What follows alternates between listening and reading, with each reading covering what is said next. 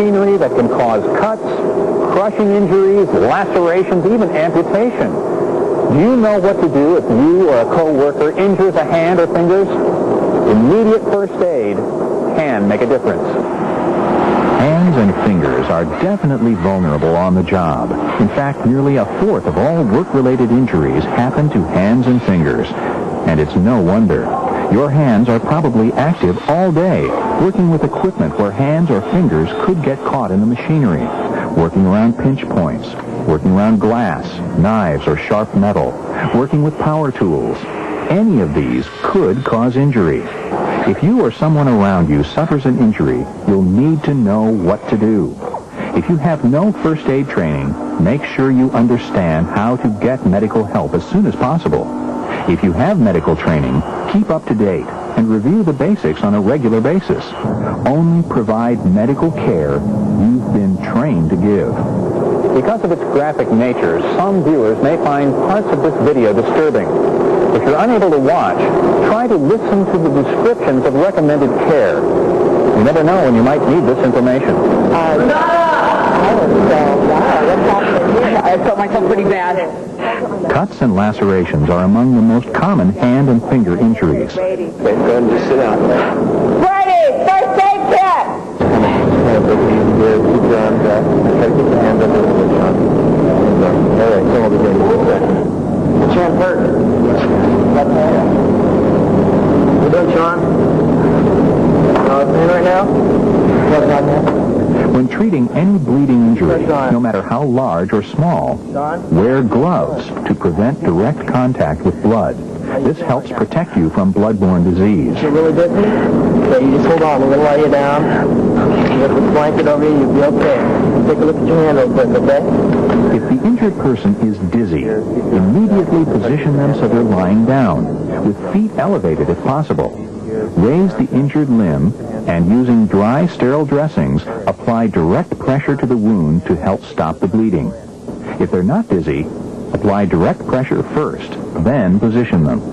If there's any chance that bones have been broken, immobilize the injured hand prior to elevation. Remember, the dressing next to the skin becomes part of the clot. Don't remove it. Add more dressings on top as needed.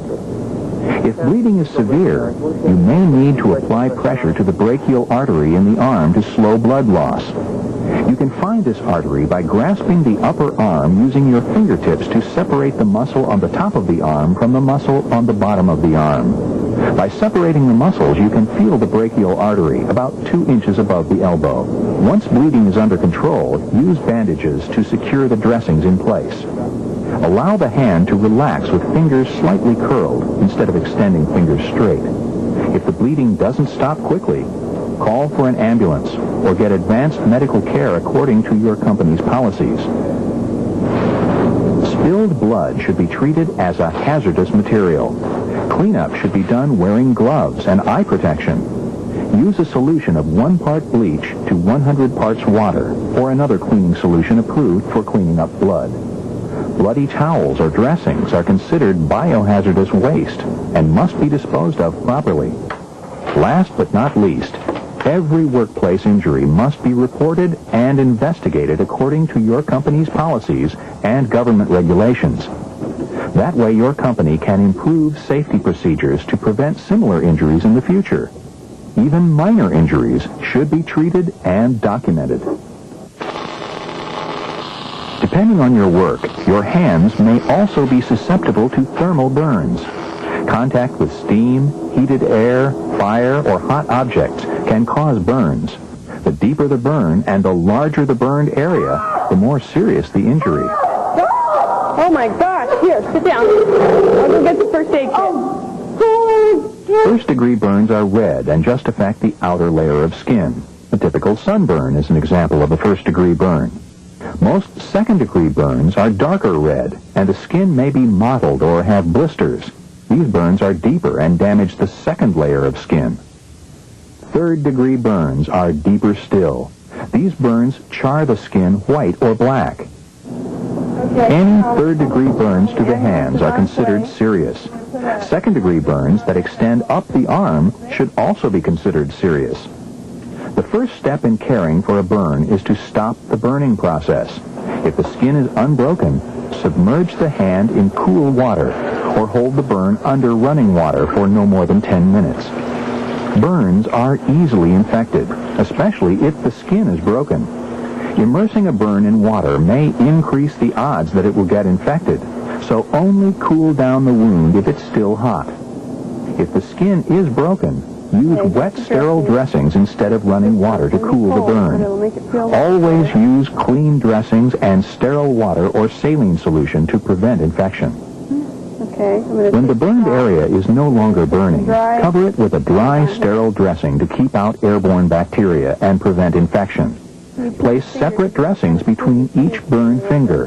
Burned tissue may slough off, so handle the injuries gently. Do not apply burn ointments or lotions. Keep the limbs slightly elevated during treatment. Extensive second-degree burns and any third-degree burns to the hands should be looked at by an emergency medical technician, nurse, or physician. Oh, get this coat. You can lay your head on this coat. If there's any doubt about the seriousness of the injury, get more expert medical help. There we go.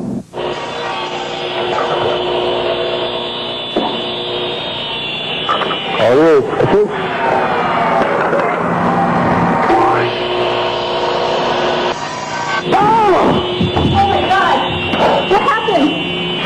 Oh my God! Let's get you some help. Amputations happen.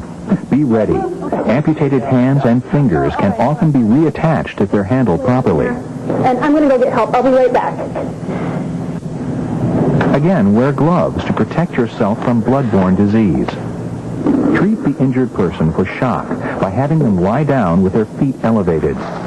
Cover the injury to prevent infection and control bleeding as described earlier. With amputations that have been cleanly cut off, there may not be much blood loss. Can you go find his thumb? We need to find that.